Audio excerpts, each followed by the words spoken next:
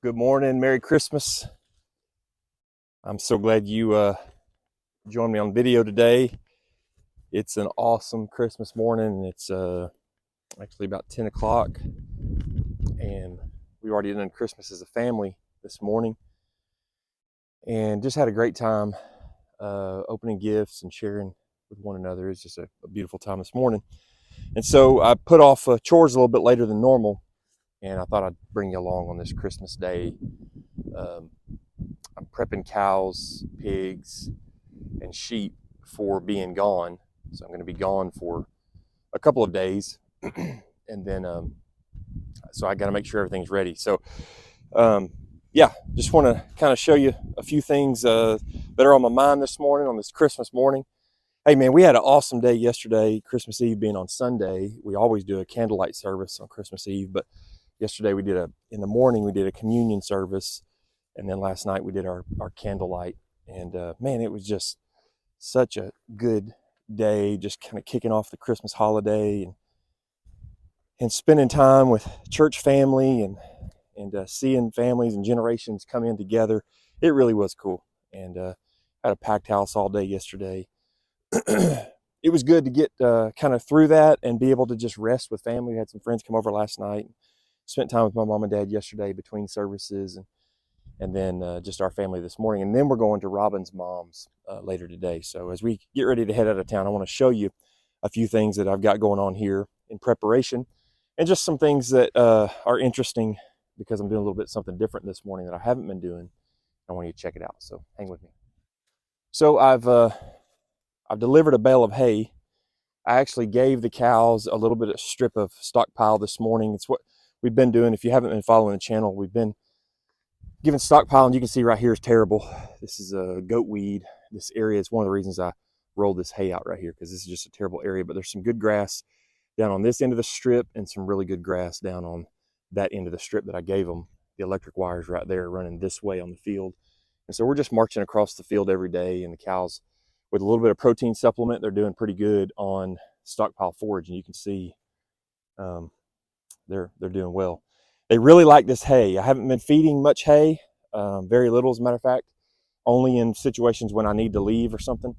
I just want to make sure they have plenty to eat. I'm not going to be here to be able to look at the stockpile and determine how much they've eaten or how much they need. And so basically we've got automated water. We've got protein out here for them constantly.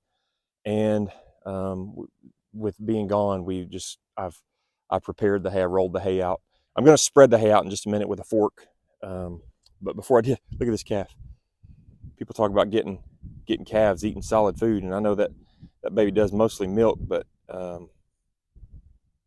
love seeing them little babies eat grass, eat hay. Anyway, so this hay is interesting. By the way, last year I did a video, but this is how I unroll hay. I'm not yet at the place where I want to spend the money on a bale unroller. Eventually I'll do that. That's just not my highest priority right now. And it's been great this year because I haven't unrolled a lot of hay. But when I do, I just hook this small trailer up to the four-wheeler and take the tractor and put a bale on here. And the reason I do this is because we got about an inch of rain yesterday, and I definitely don't want to be bringing the tractor out across that field, across by the home farm, across this field, down through this gully right here, this low, and then up here I'd be tracking it all up, and especially in that creek, I just create a big wallow, and that's not what we want to be doing out here.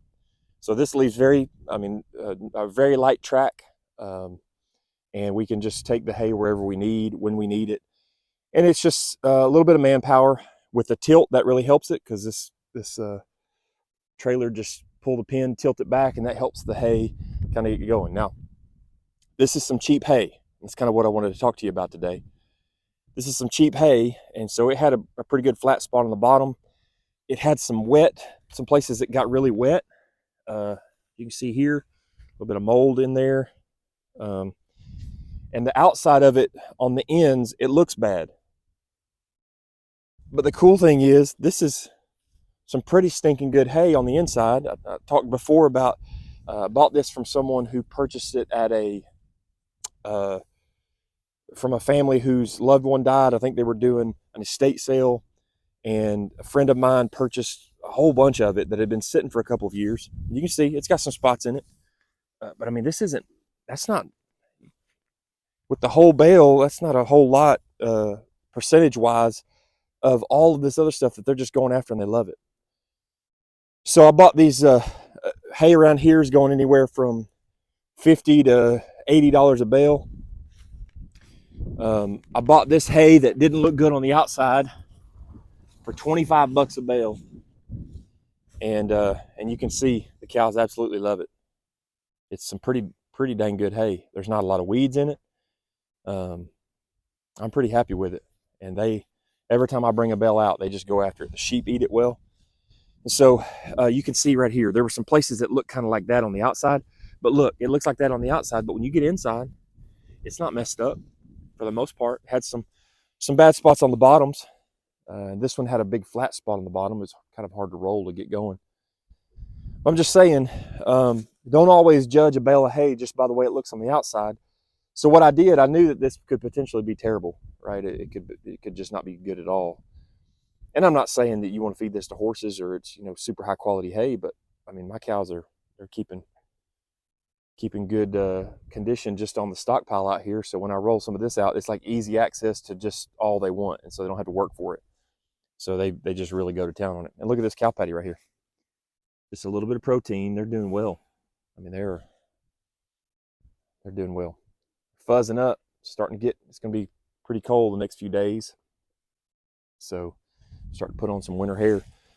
But anyway, I just want to encourage you, if you can find a deal like this hay that I found, I was just blessed to find it. I bought 50 bales of it at $25 a bale. And I mean, they really don't care for it. As you can see, I'm being facetious. I think they were about to knock me off the four-wheeler to get a bite of it. So anyway, that was just a blessing. So what I did, I knew it could have been bad. I think I started telling this a minute ago. I knew it could have been bad. So my friend said, hey, I got this hay. I said, well, let me come buy a bale of it. So I went and bought a bale. He's right down the road.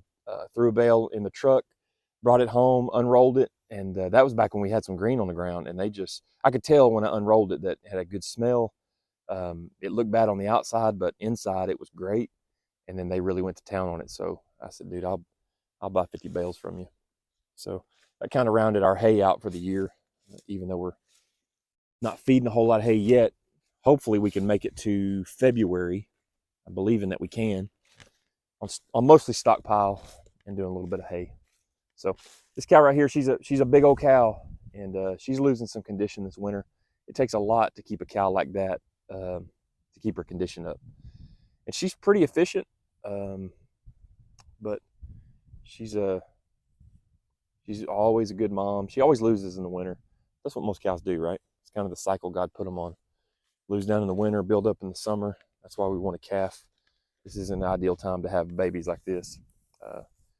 That cow was late, but we want a calf in the spring when we have, even rolling into summer when we got great grass. So I got to get a fork and move this out of the way, or I'm sorry, and spread this out so that it's going to cover a lot of the ground. I intentionally put this here because there's so much of this, and I don't know how well it's going to show up on video. Let me back out just a little bit. This goat weed is what I was mowing out here this summer, and I mowed it twice, and it's still late summer as I was excuse me, as I was letting the stockpile grow. This stuff just, I guess you just need to wait and mow it later. I'm going to try to get something out here next year that will compete with it early, so that maybe it'll kind of shade it out. But because we have so much of this, and then you can see over here, we're getting into a lot of the other grasses, Bermuda carpet grass, bahia, stuff that's not real high in energy. And I know it's they got to be supplemented, but they're harvesting it and keeping some pretty good condition on it. So as a matter of fact, I don't know if you can see, this was the line right here where the fence was last time. On camera it might not show like it does here, but there's a definite harvest line right there. And over here is what they're going to be eating the next couple days after they finish off this hay.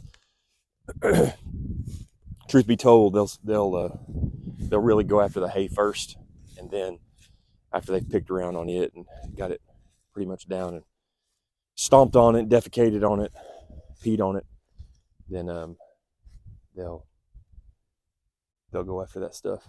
Hey, look over there. Knox.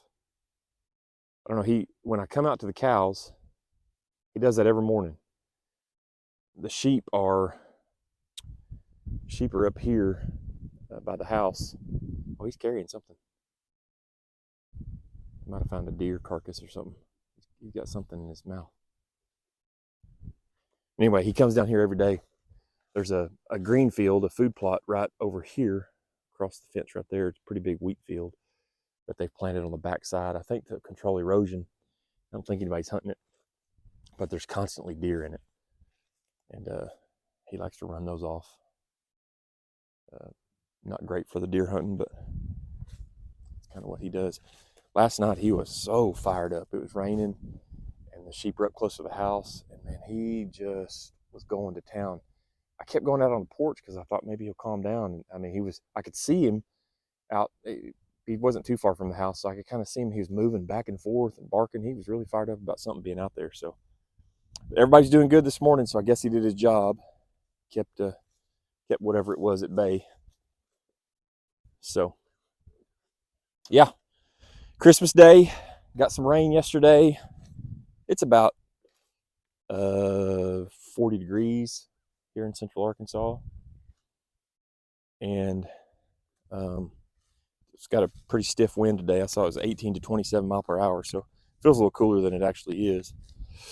I keep getting warm. I get warm while I'm working and then pull stuff off and then stop and get cool. So I'm gonna get this hay spread out and get everything prepped for the sheep and the pigs for while we're gone. And we're gonna get out of here and go to Robin's mom's, spend time with them. I love my family. It's been good. Got to hang out with mom and dad yesterday, and then scouting Robin this morning. I'm telling you, I love my wife and my son. They're just God's gift to me.